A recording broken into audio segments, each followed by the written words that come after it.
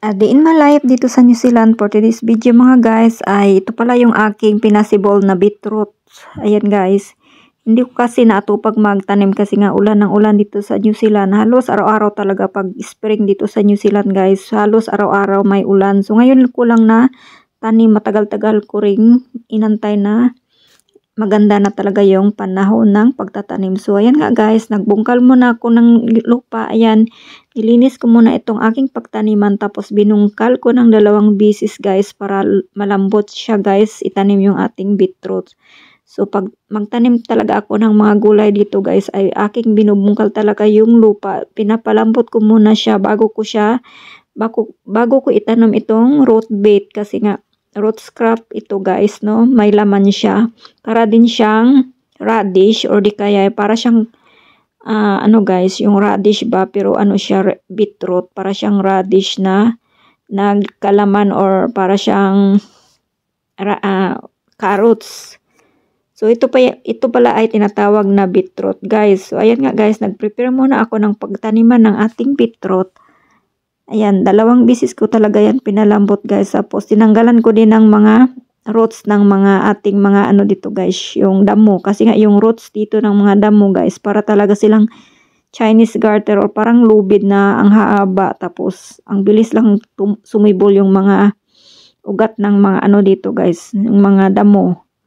So ayan na nga guys, yung ating pinasibol na root beet or tinatawag nila ditong beetroot. So maganda pala yan sa ating dugo guys, no? Kasi nga pag nag-iinom ka ng ganito guys, ginagawa ko kasi nito guys ay ginagawa kong juice, tapos iniinom ko yung juice niya para din siyang carrots.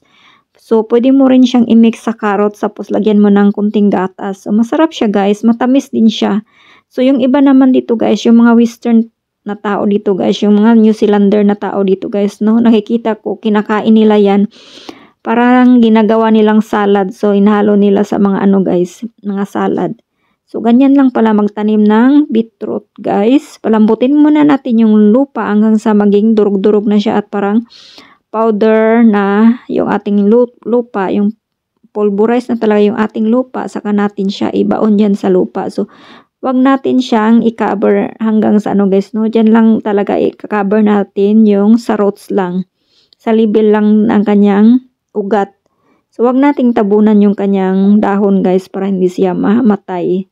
So kailangan nating ipalabas yung kanyang mga dahon guys, no? Yung ang tatabunan lang natin ng lupa ay yung ano lang guys, yung roots lang talaga. Yan, dahan-dahan ko siyang tinabunan kasi ayaw kong masali yung kanyang mga dahon guys.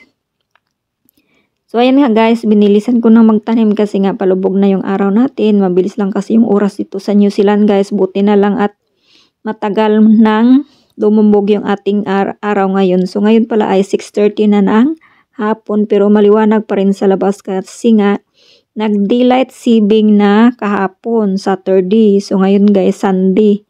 So pag spring talaga dito guys ay nagpapalit talaga yung kanilang time guys ba, yung sa atin pag sa Pinas mas una na kami dito ng 5 hours pagdating ng summer. So parang ano ba guys, kakaiba yung time nila dito, parang nag-change. So pag hindi mo talaga mamalayan na yung nag-change na yung kanilang time guys, ay malilit ka talaga sa trabaho mo, kaya bantayan mo talaga yung orasan dito guys. So ayan nga guys, pinalambot ko muna itong lupa dito kasi nga medyo matigas siya bago itanim itong aking root beet.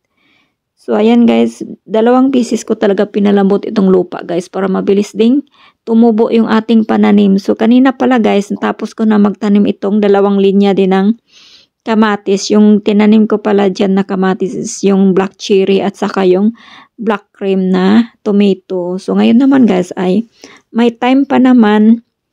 Binilisan kong itanim itong aking beetroot para matapos na itong aking itatanim. So matagal ko na talagang pinaplanuhang itanim tong aking beetroot guys. Pero wala talaga akong time kasi nga laging may ulan pagdating talaga dito sa spring. Parang spring dito sa New Zealand guys, parang araw-araw may ulan. Parang wala na talagang tigil. Ay iwan ko ba.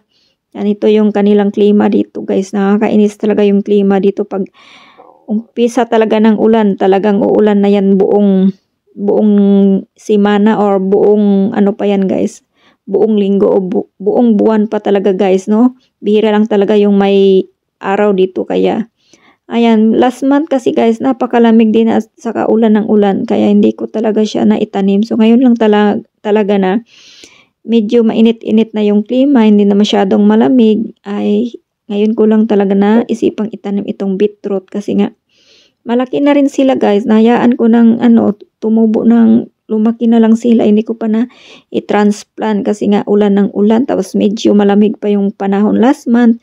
So ngayon guys, spring na talaga sa New Zealand is tamang pagtanim na talaga ng mga pang-summer na vegetable. So ayan nga guys. Buti na lang at natapos ko na talagang naitanim yung aking kamatis na binili na dalawang guys. Tapos ngayon guys ay ito namang beetroot ang aking tinanim. So, ayan nga guys, binilisan ko na kasi nga hapon na. Mabilis lang talaga yung oras dito sa New Zealand guys. Ayan, tapos, dalawang linya din pala itong beetroot na tinanim ko dito sa aking garden guys. So, next time guys, ay magtatanim na naman ako ng carrots at saka yung aming patatas. Kasi nga, summer na ngayon, pwede na kami magtanim ng pang-summer na vegetable at saka yung mais din guys. Masarap yung mais dito sa New Zealand kasi nga matamis siya.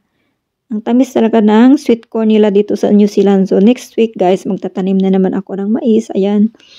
Kasi nga pwede na, or mga beans yung aking binili sa supermarket or sa bahaning center na mga beans na pangtanim ko guys. So next week magtanim na naman ako ng beans. Yung colorful na beans na binili ko sa Banning Center guys. So ayan guys, may may extra lupa pa ako dito na pwede kong taniman ng ibang gulay. So kunti-kunti lang yung tinatanim ko sa bawat gulay namin dito guys, kasi dalawa lang naman kaming kakain. So ayan, dapat marami yung itatanim ko para iba't ibang gulay din yung aking ma-harvest pagdating ng December. So, ayan nga guys, yung ibang beetroot nagkalaman na kasi nga nahayaan ko na silang lumaki doon sa aking pinagpasibulan. So, ngayon ko lang talaga ma-transplant kasi ngayon lang talaga guys, na hindi talaga umulan. At ngayon lang din ako nakatapos na prepare ng aking pagtaniman. So, ayun nga guys, ganyan lang magtanim ng ating beetroot guys. So, yung ating ibaon yung kanyang roots lang, tapos huwag talaga nating tabunan yung kanilang mga dahon ba guys para hindi sila mamatay. So ayan, yung roots lang talaga ang ating i-cover ng lupa. So dandahan lang talaga natin silang tabunan ng lupa guys para hindi maisali yung kanilang mga dahon. So yung ugat lang talaga yung ating pwedeng tabunan dyan guys. So, ayun nga guys, dalawang linya lang yung aking natanim. Tapos, andyan din naman yung aking pusa na si Pumali na laging nakaabang habang ako ay nagga-garden dito sa aking munting garden sa lalikod ng aming bahay pala ito guys. Tapos, napakahangin pa ngayon dito sa New Zealand kasi spring pa. Tapos, medyo malamig pa yung klima ngayon. So, ayan nga guys, dandahan kong tinanim itong aking mga gulay na matagal ko na talagang pinagplanuhang itanim dito sa backyard namin. So ayan nga guys, binilisan ko na ang aking pagtatanim kasi nga hapon na talaga, malapit na talagang dumilim dito sa aming paligid. Kung nanonood ka pa hanggang sa bandang ito, it means nagustuhan mo yung aking video, and paki-comment naman kung saang bansa ka nanonood para alam ko kung saang bansa itong video ko na nakakaabot. And then thank you for watching. Hanggang sa susunod. Bye-bye!